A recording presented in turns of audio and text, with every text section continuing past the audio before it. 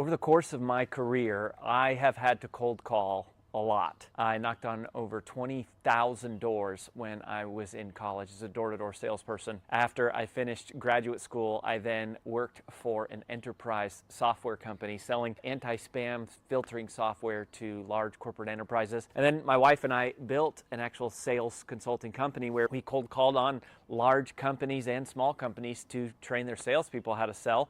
And as an author, I've cold called on literary agents. As a speaker, I've cold called companies to get speaking engagements. I've made tens of thousands of cold calls. How you open your cold call makes a big difference. When it comes to cold calling, I think most of us get super nervous. Like when we're nervous and when we're afraid and when we're scared, it's usually about nailing those first 30 seconds. Like we're most nervous about what do we say and what happens in those first opening seconds. It really is important that you get it right, and most people don't. Most people get it wrong. In fact, most of the sales trainers and most of the scripts that you ever come across are awful. They're terrible. They're stupid. They don't work. So I want to talk to you in this video. I'm going to share with you, first of all, the mindset of what we're after here when we are cold calling. The two most common mistakes that we see when we watch people, like when we've coached people who are cold calling, or the mistakes that I have made right out of the thousands and thousands of cold calls. I've made a lot of these mistakes myself, so I'm just going to share with you the things that don't really work, and then I'm going to share with you a three-step process here towards the end of exactly what you should do when you're making cold calls if you want to nail those opening seconds and have an actual chance. First of all, let's talk about the mindset, right? What is the mindset here? The mindset is serving, not selling. That's everything that we're about at Brand Builders Group, service-centered selling. So the mindset is always serving, not selling. So the mindset isn't how do I trick someone? It's not how do I manipulate them? It's not what's the ninja voodoo tactic that I can magically say that's going to somehow take someone who wouldn't buy and make them a buyer. I'm not trying to sneak something under their radar. That's not what it's about. Now, service-centered is being confident. It's being direct. It's being confident. It's also being aware that for many people, the answer is going to be no, and that's okay. Your job as a service-centered salesperson is not to magically take someone who's a no and make them a yes. That's not your job. If you think that's your job, that is going to create pressure on you. That's not the job of a service-centered salesperson. The job of a service-centered salesperson is to find all of the people who could genuinely benefit from your product or service. That's it. To find all the people who could benefit from your product or service and give them a genuine, honest look, a genuine opportunity to buy what you're selling or to show them, right? I often don't even think about it as like my job is to sell. My job is to find them, and my job is to show this to them. It's really their job to decide whether or not it's the fit. And right there is the mindset shift, right? Like, it takes you from that adversarial of like me against you, and this is like some type of a combat where I'm given some manipulative, high-pressure, slimy sales tactic from some video you saw on the internet or one of these old-school sales training manuals or something. It's not that, right? It's just being direct and saying, hey, here's who I am. This is what I got. This is who I talk to. Can it help you? So I want you to understand that mindset. Like, your job is not to sell. Your job is to serve. Now, that said, you're going to be dealing with some sales resistance, right? People have a natural resistance to being sold something because of all the bad advice and because of the decades of horrible training that has gone on. You're going to have to combat some of that. So your internal mindset is one of service. Also, internally, the things that come out of your mouth, they should sound more like you're talking to a friend, less like you're giving a formal pitch. And you'll understand here when we talk about some of these mistakes. But I want you to approach the whole thing as it's not adversarial, right? It's not you versus them. It's you in service of them. You're there to see if you can help them. And if they're going to say no, if they reject you, they're not rejecting you. They're rejecting this thing that you have. And so that takes a lot of the pressure off of you right up front. In fact, one of the things that we say at Brand Builders Group all the time is there is no fear when the mission to serve is clear. If you shift this sales encounter away from the idea of it's me versus them, and you shift it to it's me for them, it's me with them, it's me coming around and sitting on their side, and then I'm going to talk to them the way that I would talk to a normal person, like the way that I would talk to a friend, the way that I would talk in real life, not the way that a robot would sound or some weird, cheesy professional salesman would sound, okay? That's the mindset. Now let's talk about the mistakes, okay? So here's the most common mistakes. Mistake number one is leading with your company name, right? So if you say, hey, it's Rory Vaden from Brand Builders Group, that is a mistake. Why? Because they're not going to recognize your company name most likely, and whether they do or they don't, that's not how friends talk to each other. You don't call someone and say, call your buddy and be like, hey, it's Rory from Brand Builders Group. What's up, man? You want to hang out? That's not how we talk in real life. It's not how we talk to normal people. Now, by not sharing your company name, we're not trying to be misleading. We're not hiding anything. We're just going, look, if my job is to honestly serve them, if my job is to help them take an honest look at what I have, if my job is to present to them something that may or may not help them, I have to give them an honest chance to do that. And so I also don't want to do anything that is going to negatively work against that opportunity. So anything that immediately signals and ties into their fear that I'm just some slimy salesperson or something, I want to stay away from that. I just want to have an honest human conversation. And so usually I will stick with first names if I'm cold calling, right? Say, hey, is it Lisa? Hey, Lisa, this is Rory. Why? Because that's how people talk to each other, right? You call your friends usually by nicknames and stuff like that. You don't call and you don't use people's last names. So I want to create this sort of friendly conversational tone, just like I would in real life talking to a real life friend. So don't lead with your company name. The other thing is don't ask them a question right away. Now, I'm a fan of questions. Great sales is more about being a great question asker than a great talker. I really believe that. And there is a place for questions, and we're going to use a question here soon, but don't start your conversation with, hey, Lisa, it's Rory. Do you have a minute? Nobody has a minute. Okay? Nobody does. Nobody has spare time. There's not a sales call that I've ever made where someone was like, you know what? I was just looking for someone to talk to. Thanks for calling. I actually would love to talk to somebody. They don't. Like, they're busy, right? They weren't sitting around waiting for you, and it accomplishes zero by asking them if they have time, if they have a minute. Also, they go, how you doing? I don't care. I don't care to tell you how I'm doing. So that cheesy fodder, that pandering, it doesn't work. It's just not helpful. It doesn't serve them in any way. And what we want is we want to serve them. We want to be useful to them. So we want to shape the conversation to be helpful for them right away. And doing a question is going to create that sales resistance right up front because they go, man, I don't know you. That's what they're thinking, right? They're going, man, I don't know you. Who are you? Why are you bugging me? That is what they are afraid of, all right? So don't do that. Don't do one of those two things. Don't lead with your company name. Don't use your last name. And also don't ask them some frivolous question. Don't pander to them. Those are telltale signs that you're a cheesy salesperson, that you're just another solicitor, right? Talk to them in a normal voice. Use first names. Okay, and now let's talk about the three-step process for how you do want to execute that call. Step number one, we've already talked about this a little bit, is a conversational tone. You're going to use first names, not last names. So you're just going to make sure that you say, hey, Lisa, this is Rory. Okay, not this is Rory Vaden, because you don't introduce yourself with last names like you do. I mean, that is a sign that you're a stranger, right? Now, that said, I'm not going to introduce my last name, but the very first thing that I'm going to say after my name is I'm going to acknowledge the fact that we haven't met yet. Why? Because I'm going to come forward with that. I'm going to say, look, I know that you're thinking, who the heck am I? And I don't need you to rack your brain. I want to let you know that we haven't met yet. So I'm going to take a confident stance of making it clear that we don't know each other, but maybe we should. But also, maybe there's no reason for us to talk, okay? So I want to stand confidently in this space. And so a line, there's many different ways you can say this, but an example of a line you would use is you would say, hey, is it Lisa? Hey, Lisa, this is Rory, and you and I haven't had a chance to meet yet. Or I would say, hey, Lisa, this is Rory, and don't worry, don't try to rack your brain thinking about where we've met because we've not been introduced to one another yet.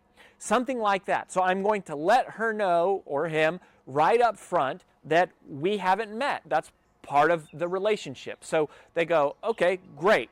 So now I've just opened the door instead of getting an immediate door slam by going, oh my gosh, hi, this is Rory Vaden. Okay, slam, I don't know Rory Vaden. Hi, this is Rory from Brand Builders Group. Slam, like I've never heard of your company. Hey, this is Rory, how you doing? Slam, you sound like a salesperson. When I say, hey, is it Lisa? Hey, Lisa, this is Rory, and you and I haven't had a chance to meet yet. Okay, I got a little window here, not much, right? But I've bought myself an extra half a second, which is all I need to execute step 2, okay? So step 1 of how to do this right is to let them know that you haven't met yet and be right up front. Be open, be honest.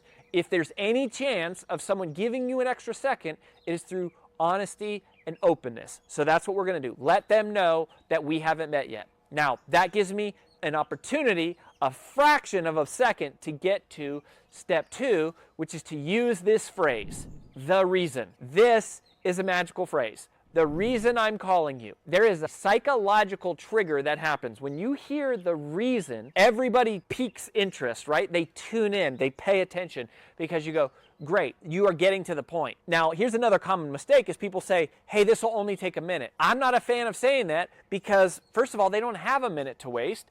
And it's almost like I'm saying, hey, if you can just endure this for a second, that's not it. And I don't want to say, I don't want to waste time saying I'll get to the point. I want to just get to the point. And that's what they want too. They don't want to hear you say you'll get to the point. They just want to hear you get to the point. So get to the point. So you say, hi, is it Lisa? Hey, Lisa, this is Rory, and you and I haven't met yet, but the reason I'm calling is. And so right there you have all of these things happening, firing in that opening moment. We're using first names, right? We're not using last names. We're not using company names. We're keeping it casual. We're talking the way that we would talk among friends, yet I am openly, transparently, and honestly letting her know that we haven't met yet. Okay, so now she doesn't have to worry about, is this a weird something going on, or who is this person? We'll say, hey, we haven't met yet. So I've got the slate clean, and now in step 2, I'm saying, the reason I'm calling is, I'm not telling her I'm getting to the point, I'm just getting to the point. Don't waste time telling people that you're gonna get to the point, just get to the point by using the phrase, the reason I'm calling is. And then here's step 3, and this is where their magic happens. If you've never done this before, this will sound different to you, but this is different because this is not what most people do, which is one of the reasons why it works. Okay, and here's what I want you to do. Talk about who, not what. In other words, don't talk about what you're selling. Don't talk about what company you are from. Talk about who are the kind of people you talk to, all right? Don't talk about what, talk about who are the kind of people you talk to. And we're gonna do this in 2 ways. We're gonna first start generally, and then we're gonna be specific. And when you talk about who, not what, this is the magic. And if there is a secret trick to great cold calling, it is this. It is talking about who, not what. Now, I want to let you know, there's no ultimate secret here. A lot of this is just a numbers game. A lot of this is you're just going to deal with rejection. A lot of this is you have to just do hundreds and thousands of calls until you get comfortable doing this kind of a thing. But if there's a secret, if there's a magic strategy, a magic technique that will tip the odds in your favor, it is talking about who, not what, and there's 2 types of who. There's the general and the specific, okay? So let's talk about the general. So I will say, the reason I'm calling is because I am the one talking to all of the, and then usually I will insert the job title, and then I will insert the area, the geographic region. So when I was knocking on doors, when I was in college, I would say, I'm the one talking with all the moms with students here in the blankety blank school district, or with students here in whatever, Nashville, Tennessee, or Brentwood, or Davidson County. I would say, I am talking to the who. This is super powerful. I'm telling you, this works in all different scales, all different environments. So when I was selling enterprise software solutions, I would say, hey, I'm the one talking with all the IT directors for all the large software companies or all the companies based here in Cherry Creek, Colorado, for example. So I would say the who, the job title, in the region, like the geographic region. You could also say in an industry. So if you're calling by verticals in industry, right, you could say, I'm the one talking with all the mortgage bankers here in the Western United States. But make the geographic region, the more specific, the more terrific. So narrow the region or narrow the industry as much as you can because it shows credibility. and it shows specificity, which is what you want. Because here's what happens psychologically. When they hear that you're talking to all the IT directors for all the companies in Cherry Creek, Colorado, or all the moms in the Davidson County School District, or if I'm calling to sell a keynote speech, I might say, I'm talking to all the event coordinators for all the companies who have events in Orlando. Now it shifts from who are you, because I've just said, who am I? This is what I'm doing. And it shifts to them asking the question, am I the right fit? So it turns their focus psychologically from, who are you? I don't know if I like you. What are you doing? And all this sort of sales resistance to, am I the right person that you're trying to reach? And that's good, because we want them to be thinking about themselves. All of sales is getting them to shift the focus away from you as the salesperson and onto them and their situation and their needs. And so by letting them know who are the kind of people that you're talking to, then you're more likely to create a connection with them. Or they might say, oh, that's not me, and that's great. So we just saved a whole conversation. They can put you in touch with the right person.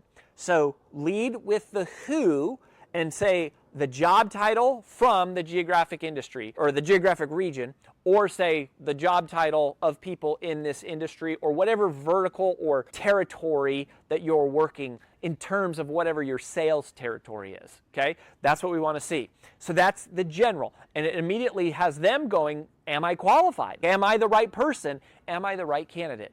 And that shifts the focus off of you as the salesperson and onto them, which is what we want. We want the whole conversation, the whole relationship to not be focused on you, but on them and their needs. So I'll say, hey, Lisa, this is Rory, and don't worry, you and I haven't had a chance to meet yet, but the reason I'm calling is because I'm the one talking with all the IT directors for all the small businesses right here in Cherry Creek, Colorado. Now notice how I'm narrowing down to the job title. I'm saying the small businesses, so this is like business type, and the geographic region. You want to use as many of those qualifiers as you can when you do this, because you want to check, and you're going to use the criteria that they will relate to, right? You want them to go, ooh, I am an IT director of a small business in Cherry Creek, Colorado. That is how you're gaining momentum. Now notice, all of it's happening in their mind. All of sales is communication, it's human behavior, it's psychology. So most of the conversation is happening in their mind, and that's what we're designing this to, in a way to make it comfortable for them. This isn't about magically sleazing your way past them or manipulating them. This is putting them in a state of psychological comfort. It is helping them self-identify quickly, is this a conversation worth having? Hi, is it Lisa? Hi, Lisa, this is Rory, and you and I haven't had a chance to meet yet, but the reason I'm calling is that I'm talking with all the IT directors of the small businesses in the Cherry Creek, Colorado area. That's the opening. That's the general who. Now, I'm going to follow up with the specific who. And the specific who is I'm going to use examples of the other people that I'm talking with. So I'm going to use the names of our preferably clients, okay? Now, typically, there's some logistical details here and some legal implications in certain scenarios and certain industries. So one of the things you want to do is get the permission to use the name, image, and likeness of your clients. This is more of a contract thing. Or just at least ask them and say, hey, do you mind if I let people know that we're working together as I'm out introducing myself to other people? And you just ask for their permission. And you need that so that you can use it here. Now, if it's your very first day and you don't have any customers, you can delicately and carefully and specifically mention these are people you're talking to. They're not clients. As soon as you have clients, you want to use the clients' names because the clients' names give you credibility because of the specificity. Even if they don't know that person, they probably will know that company, or they will at least relate to the idea that it's a similar type of person in a similar type of company, in a similar type of geographic region, or a similar type of industry as the one that they are in. And that gives you credibility, right? So you would ideally, and now if they recognize the clients, that's a game changer. That is the secret sauce. That is the magic, is if they recognize people that you're working with. So get the permission to use their name, image, and likeness, and use customers as soon as you can. In the beginning, if you don't have customers, you can just say, I've been talking with, but be very specific that you don't imply that you're working together. Just clarify, I've been talking to people that some of whom you may know, so and so and so and so. But here's the dynamic of this conversation. The whole dynamic is based on who, not what. Who are the kind of people you're talking to? Who are the kind of people you've been working with? And who are the kind of people that you have relationships with? Notice you haven't said what company you're with, what it is that you're selling. We're trying to open a conversation based on who. And this is why in some of our other training videos, we talk about using tools like LinkedIn and things to help identify and know and have names and references of people that they actually will recognize because of the tools of modern day. But let's say you didn't have any of those. You'd say, hi, is it Lisa? Hey Lisa, my name is Rory, and you and I actually haven't had a chance to meet yet, but the reason that I'm calling you is because I'm the one talking with all the IT directors here in the Cherry Creek area who all work with small businesses. In fact, you might know some of the other IT directors I've been talking to. By chance, do you know Tom Williams over at XYZ Company? Or maybe you know Mike Lorenzo, or maybe you know Jim Johnson, and they may not recognize any of them, and that's okay. But they might recognize the company names. And the more specific, the more terrific. So if you're using names, like if you actually have clients that are recognizable or they work for companies, you're going to gain a lot of traction in that way. I want to mention, don't ever use a customer's name if they tell you not to, or anybody's name if they tell you not to. But you're not doing this for you, you're doing this for them. Why? Because this puts them at ease. This helps your prospect reduce their sales resistance. It helps them reduce friction, this automatic no, and it allows us to have an honest conversation amongst friends. And it allows us to open up what hopefully will be a beautiful relationship. It might be a short relationship if it's not a fit, but we're shifting the focus away from me as this cold calling solicitor, and we're shifting the conversation over to them and their needs by talking about who, not what. So for more insights and information on the psychology of influence, make sure that you hit subscribe on my channel. Follow me here below. If you have a question, leave a comment. But this is what I'm spend my whole life studying on the 4 levels of influence. So I hope you hit subscribe and check out some of our other videos.